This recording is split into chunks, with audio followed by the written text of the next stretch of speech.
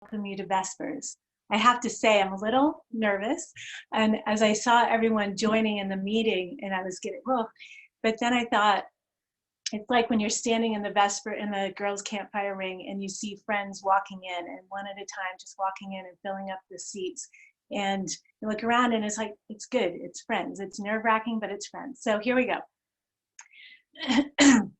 My Coniston story started in 1991. That first year I was a horseback riding director, and I lived at camp with my black lab, CB. It did not start off as an easy summer, but it was great by the end, and I never looked back. In addition to teaching horseback riding, I was a girls' camp director for 2 years, and was even able to work the summer of '94 when Jack was born. My last summer at camp was 2002, but I feel really fortunate that I've been able to stay at camp, stay connected to camp through my kids, Nicole Berthiaume and Jack Berthiaume. Before I go further, I just want to say how honored I am to be able to lead Vespers today. I understand the importance and the value of this special event, whether it's at camp, in the campfire ring, or whether we're virtually together around the world. I think staying connected makes all the difference. Today, I would like to talk to you about the power of haiku. Several years ago, I'm not sure when, and I have no idea why, I decided to start posting haiku on Fridays on Facebook. And a friend of mine was asking a daily question, and that was just too much, too stressful. But I thought that I could manage doing one haiku a week, 17 syllables, 575, and so it began. And it started as kind of a whim, but there's so many lessons that I've learned along the way. So that's what I would like to share today. First of all, haiku often just comes to me as out of nowhere sometimes. And they can be silly, they can be funny, they can be thoughtful. I have my little demonstration. I have my haiku book, and in here there's little scraps of paper, and I try to keep track of the ones that I do. And the thing for me about haiku is they just are. They pop in my head. They don't require a lot of thought. Sometimes they require a ton of thought, but they're just there. So that was the first lesson, to just enjoy. They bring me joy, and when I can figure one out, I feel like I've accomplished something. So there's joy in haiku. The second lesson that I've learned is that I don't have a lot of rules for myself, but I do have a few rules. They must be 575. When you hear people talk about haiku, sometimes there's different kinds, but mine are always 575 for syllables. They must be positive, or at least not negative. And they must be done by the end of the day on Friday and posted on Facebook by the end of the day. If I miss, I really have to do something on Saturday that's spectacular. So I shoot for Friday. I can write as many and post as many as I want in a week, but I always need to post at least one on Friday. Third, and I think this is the most important lesson, the most valuable lesson that I've learned from haiku. It's been a great way for me to make sense of the big things in my life, to take what might be confusing or chaotic or overwhelming, or just a lot of emotion about something. And it's kind of all out here everywhere. And when I start to think about it, I think, okay, just put it into haiku, get it down to something manageable. And so I just keep working it. And sometimes it takes days, sometimes it'll take a week, and I'll just keep taking it down. What's the best 575 for me to feel better about this?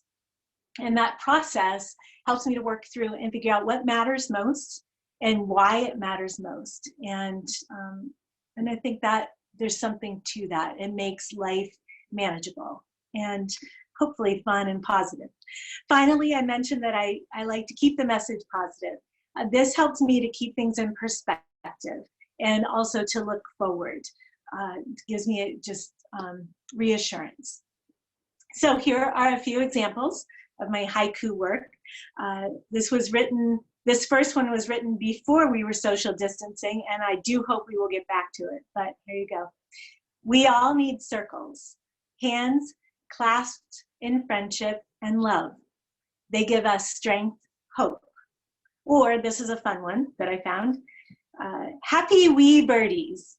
They sing from the rooftops, spring, chickadee-dee-dee. So what does all of this have to do with Camp Coniston? As I was planning for this Vespers, it occurred to me that camp does the same thing for me, and I hope for you as well.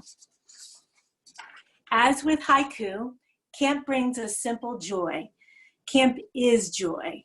Whether I've been away for months or a week or a couple days, there's an inner joy that just springs up when I walk back into camp. It doesn't matter where, just when I see the lake, when I see the barn, when I go for a walk, it's just here. And I can't help but smile. I can't help but have a flood of fond memories of friendships and experiences. I don't need to think about it much. I don't need to do anything. It's just there. Camp is joy. As with haiku, there are just enough rules at camp to give the structure that we need to provide freedom, to thrive, to learn, to explore, to grow, to make new friends, and most of all, to have fun. And sometimes structure doesn't sound fun, but when you have just the right amount, it gives us what we need to just move forward. Third, as with haiku, camp is a time and a place where we are away from all of everything that's our regular life. And it's a short period of time each year where we can reflect upon and then focus on that which is most important to us.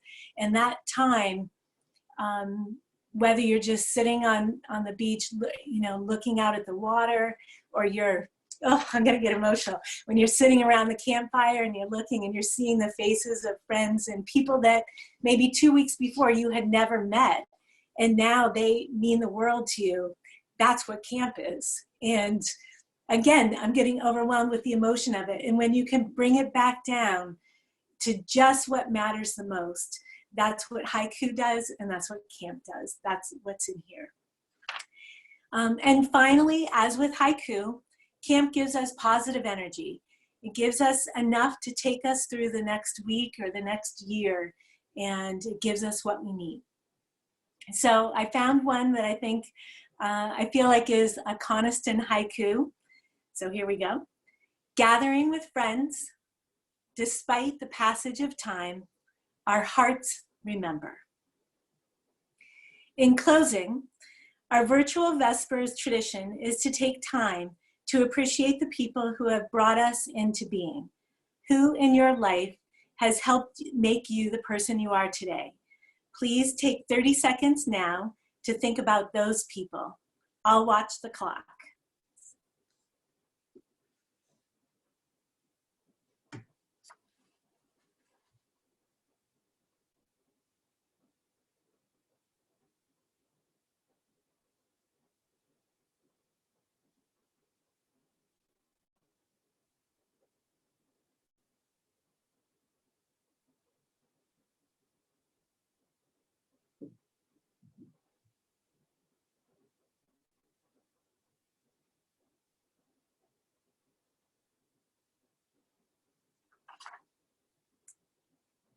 So many people, good people.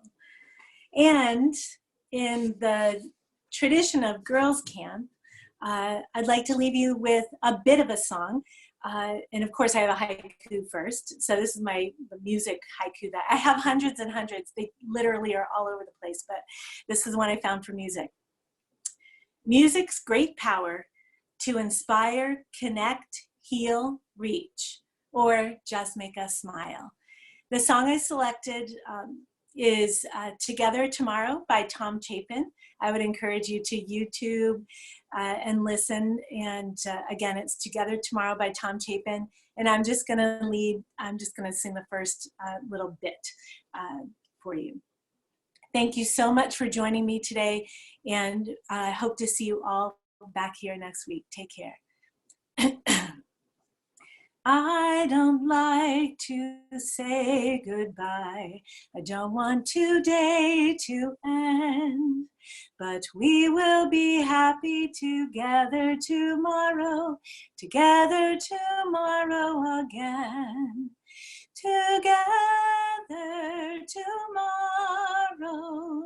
Together tomorrow, my friend. We will be happy together tomorrow again. Love you, bye.